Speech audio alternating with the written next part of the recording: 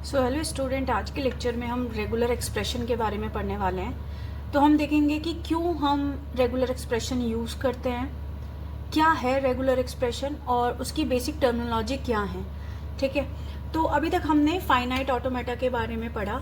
Finite automata जो basically work करता है रेगुलर लैंग्वेज के लिए। ठीक है, तो हर एक ऑटोमेटा मैं आपको पहले बता चुकी हूँ कि हर एक ऑटोमेटा किसी पर्टिकुलर लैंग्वेज को एक्सेप्ट और रिजेक्ट करता है। तो बेसिकली फाइनाइट ऑटोमेटा कौन सी लैंग्वेज पे वर्क करता है? Regular language. तो अगर आपको ये बताना है कि कोई भी एक लैंग्वेज आपकी रेगुलर है या नहीं, तो आपके पास दो तीन तरीके होते हैं। तो फर्स्ट हम पढ़ चुके हैं फाइनाइट ऑटोमेटा। इसका मतलब है कि अगर आप किसी भी लैंग्वेज के लिए आप कोई भी फाइनाइट ऑटोमेटा क्रिएट कर पा रहे हैं, चाहे वो डीएफए हो, नल एनएफए हो, एनएफए हो, तो हम बोलेंगे कि वो लैंग्वेज आपकी रेगुलर होगी। इसके अलावा अब हम जो पढ़ने वाले हैं रेगुलर एक्सप्रेशन, हम ऐसा भी बोल सकते हैं कि अगर हमने किसी पर्टिकुलर लैंग्वेज के लिए रेगुलर एक्सप्रेशन लिख दिया तो हम बोलेंगे कि वो जो लैंग्वेज है वो आपकी रेगुलर लैंग्वेज होगी। इसके अलावा कुछ और भी पॉइंट्स हैं कि अगर हमने एक रेगुलर ग्रामर डिसाइड कर ली उस पर्टिकुलर लैंग्वेज के लिए, तो वो तब भी हम बोलेंगे कि वो लैंग्वेज आपकी रेगुलर होगी। तो अभी तक हमने फाइनाइट ऑटोमेटा पढ़ लिया है। अब आज के लेक्चर में और अब जो आगे के कंटिन्यूएशन में लेक्चर्स रहेंगे उसमें हम डिस्कस करने वाले हैं रेगुलर एक्सप्रेशन के बारे में। So what is regular expression? Regular expression are used for representing certain set of string in an algebraic fashion. तो अब हम देखेंगे कि कैसे हम रेगुलर एक्सप्रेशन के कौन से ऑपरेटर्स हैं और कौन कौन से अलजेब्रिक फंक्शंस हैं जो हम यूज कर सकते हैं रेगुलर एक्सप्रेशन को डिजाइन करने के लिए। तो चार आपके ऑपरेटर्स हैं यहाँ पर। तो सबसे पहले जो ऑपरेटर है वो आपका Kleene closure of an language L is denoted by L superscript S star. तो इसमें क्या होगा, बेसिकली अगर आपके पास लैंग्वेज है 0-1 के पैटर्न की, तो हमारा जो क्लीन क्लोजर होगा उसमें क्या आएगा? नल स्ट्रिंग, 0 लेंथ स्ट्रिंग। इसके बाद आपका 0-1 लेंथ का 0 भी आ सकता है, 1 भी आ सकता है। और अगर मैं 2 लेंथ की बात करूं तो यहाँ पे 0-0, 1-1, 0-1 एंड 1-0 के कॉम्बिनेशन आएंगे। सिमिलरली अगर मैं 3 लेंथ की बात करती हूँ तो आपके 3-0, 3-1, इसके अलावा 0-1 के कॉम्बिनेशन ये सारे अवेलेबल होंगे। इसी तरह हमें लेंथ इंक्रीज करते रह जाएंगे और यही आपका जो पैटर्न आएगा वो क्या आएगा? क्लीन क्लोजर का। सेकेंड आता है आपका जो ऑपरेशन है पॉजिटिव क्लोजर। तो क्लीन क्लोजर और पॉजिटिव क्लोजर में क्या डिफरेंस है? यहाँ पर आपका सिर्फ नल इंक्लूड नहीं होता, हम यहाँ पर सिर्फ 0 लेंथ की कोई भी स्ट्रिंग एक्सेप्ट नहीं कराते हैं अपने पॉजिटिव क्लीन क्लोजर में।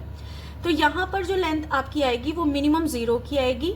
तो अगर मैं 0 की बात करूं और आपके इनपुट अल्फाबेट 0 और 1 है तो आपका एक सिंगल 0 मिलेगा, सिंगल 1 मिल सकता है। या फिर अगर लेंथ 2 की हम बात करें तो 0-0, 1-1, 0-1 और 1-0 के कॉम्बिनेशन आपको मिल जाएंगे।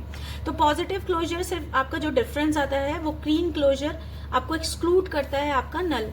इसके अलावा सिमिलर है आपका क्लीन क्लोजर के। थर्ड ऑपरेशन है आपका कॉनकैटिनेशन।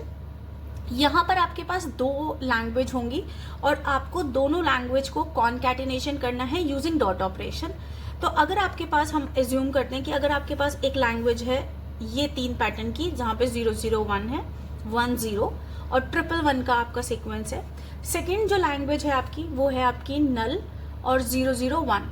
ठीक है, अगर आपके पास ये दोनों लैंग्वेज हैं तो आप बोलेंगे कि अगर कॉनकैटिनेशन करना है तो L1 डॉट L2। अब ये ऑपरेशन कैसे होगा? आपने पहले L1 के सारे एलिमेंट्स आपने लिख दिए हैं, डॉट सेकंड आपने R2 के सारे एलिमेंट्स यहाँ पर लिख दिए हैं। अब आप क्या कर रहे हैं कॉनकैटिनेशन में? आप इसकी मल्टीप्लाई इससे करने वाले हैं। तो अगर मैं 0-0-1 को डॉट ऑपरेशन लगाकर नल के साथ हैंडल करूं तो आपकी क्या वैल्यू आएगी? 0-0-1, क्योंकि नल तो एक्चुअल में कुछ है नहीं।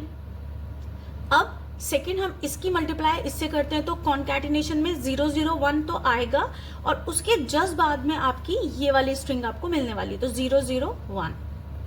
सिमिलरली अगर आप 1-0 की मल्टीप्लिकेशन कॉनकैटिनेशन करेंगे इसके साथ, तो अगर 1-0 कॉनकैटिनेट करेगा नल के साथ तो आपको जो स्ट्रिंग मिलेगी वो मिलेगी 1-0। और 1-0 की अगर आप कॉनकैटिनेशन करेंगे सेकेंड एलिमेंट ऑफ L2 तो आपकी जो आएगी वो आएगी फर्स्ट L1 की स्ट्रिंग 1-0 और उसके बाद आपकी L2, तो 0-0-1। सिमिलरली अगर आप 1-1 के साथ इस ऑपरेशन को हैंडल करेंगे तो आएगी आपकी 1-1 इंटू नल, तो आपका 111 मिलेगा, और इसके साथ इसको आप कॉन्कैटिनेशन करेंगे तो स्टार्टिंग में 3 1 मिलेंगे और उसके बाद आपको 001। ये आपका कॉन्कैटिनेशन ऑपरेशन रहेगा अगर आपके पास ये 2 गिवन लैंग्वेजेस हैं। इसके अलावा जो आपका फोर्थ ऑपरेशन है वो है आपका यूनियन। अगर आपके पास 2 लैंग्वेज हैं तो आप कैसे, यूनियन का जो साइन है वो है आपका प्लस। इसका मतलब है कि आप L1 L2, ठीक है, इनमें से कोई भी एक लैंग्वेज लेकर आप फाइनल पे पहुंच सकते हैं, ठीक है। इसका मैं फाइनाइट ऑटोमेटा अगर डिजाइन करूं कॉन्कैटिनेशन का तो कुछ इस तरह का होगा कि आप इनिशियल से चले, L1 आपने ली, ये मैंडेटरी है, L1 आपका चलेगा, और आप Q1 पर पहुंचे और उसके बाद आपने L2 की लैंग्वेज चलाई और उसके बाद आप फाइनल पे पहुंच रहे हैं। तो कॉन्कैटिनेशन ऑपरेशन कुछ इस तरह है कि आपके दोनों ऑपरेशन के चलने पर ही आप फाइनल पे पहुंच रहे हैं, ठीक है। तो आपका फर्स्ट L1 का कोई भी पैटर्न चलेगा, जो भी आपका चलेगा, उसके बाद आपका L2 मैंडेटरी है, तो इन दोनों के चलने पर ही आप फाइनल पे पहुंचने वाले हैं। जबकि जो यूनियन ऑपरेशन है वो कुछ इस तरह का है कि आप इनिशियल से फाइनल पर या तो L1 के थ्रू पहुंच सकते हैं या फिर आप L2 के थ्रू भी पहुंच सकते हैं। इसका मतलब है या तो ये या फिर ये, ठीक है, आइदर आपका L1 चलेगा या आइदर आपका L2, ठीक है। तो इनमें से एक ऑपरेशन आपका जो चलेगा उसके बाद आप फाइनल पे पहुंच सकते हैं, ठीक है। तो ये आपके बेसिक ऑपरेशन है रेगुलर एक्सप्रेशन को लिखने के। तो ये बेसिक 4 ऑपरेशन से ही हम आगे डिजाइन करने वाले हैं रेगुलर एक्सप्रेशन की। अब हम बात करते हैं कि इन जो ऑपरेटर्स हैं इनकी प्रायोरिटी कैसे डिसाइड करते हैं। तो जो ये सीक्वेंस लिखा हुआ है, तो क्लीन क्लोजर की प्रायोरिटी सबसे हाई होगी अदर ऑपरेटर्स के कंपेरेटिवली। सेकंड जो आपकी प्रायोरिटी होगी वो पॉजिटिव क्लोजर की होगी। थर्ड आपका कॉन्कैटिनेशन और देन आपका यूनियन, ठीक है। तो प्रायोरिटी वाइज ये जो सीक्वेंस है यही आपका प्रायोरिटी भी रहने वाला है, ठीक है।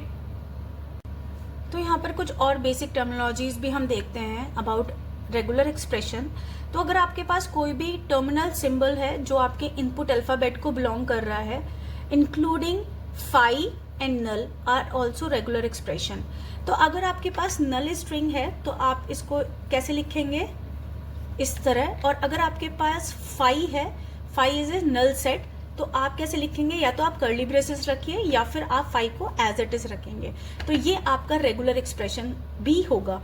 तो आपका नल और आपका जो फाई है वो आपका प्रिमिटिव रेगुलर एक्सप्रेशन की फॉर्म में आता है। सेकेंड है, अगर हम union of 2 regular expression is also a regular expression.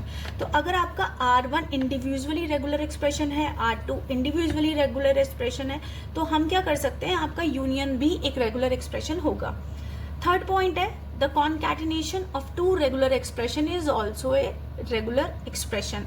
Again अगर आपका इंडिविजुअली एक रेगुलर एक्सप्रेशन है, R2 इंडिविजुअली एक रेगुलर एक्सप्रेशन है, तो कॉन्कैटिनेशन भी आपका रेगुलर एक्सप्रेशन होगा। फोर्थ पॉइंट है, the closure of regular expression also a regular expression. तो आपका R* भी हमारा क्या होगा, रेगुलर एक्सप्रेशन होगा। तो ये हमारे कुछ बेसिक टर्मिनोलॉजीज हैं जो आपको पता होना चाहिए। नेक्स्ट लेक्चर से हम डिजाइनिंग के क्वेश्चंस देखेंगे कि कैसे हम डिजाइन कर सकते हैं किसी पर्टिकुलर रेगुलर एक्सप्रेशन को। Thank you.